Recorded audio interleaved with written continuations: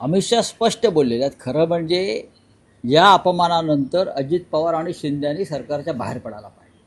स्वाभिमानाची थोडी जरी ठणकी त्यांच्यामध्ये पेटत असेल तर काल त्यांचा जो कुबड्या म्हणून उल्लेख केला बरं का, कुबड्या, तर या दोघांनी स्वाभिमान असेल मराठा म्हणून तर राजीनामा देऊन बाहेर पडलं पाहिजे.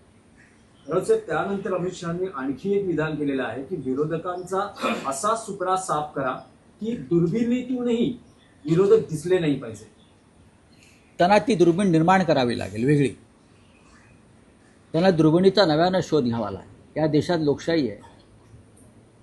या देशामध्ये एक वेळ अशी येईल, एक वेळ अशी होती की भारतीय जनता पक्षाला दुर्बिणीतून शोधावं लागत होतं.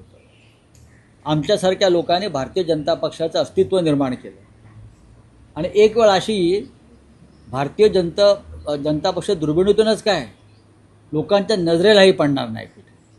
हे भाकीत नाही, सत्य आहे. राजकारणामध्ये चढउतार होत असतात आणि अशी तानाशाही, अशी हुकुमशाही आल्या आणि गेल्या या देशात आणि जगामध्ये. अशी भाषा वापरणारे या देशाच्या मातीतच गाडले गेलेले आहे. अमित शहा म्हणजे काय सर्वेसर्वा नाही आहेत, लोकशाहीचे मालक नाही आहेत. जो माणूस या देशाच्या लोकशाहीमध्ये विरोधी पक्ष संपवून टाकू असं म्हणतो त्याला मी लोकशाहीतला सगळ्यात मोठा मूर्ख मानतो.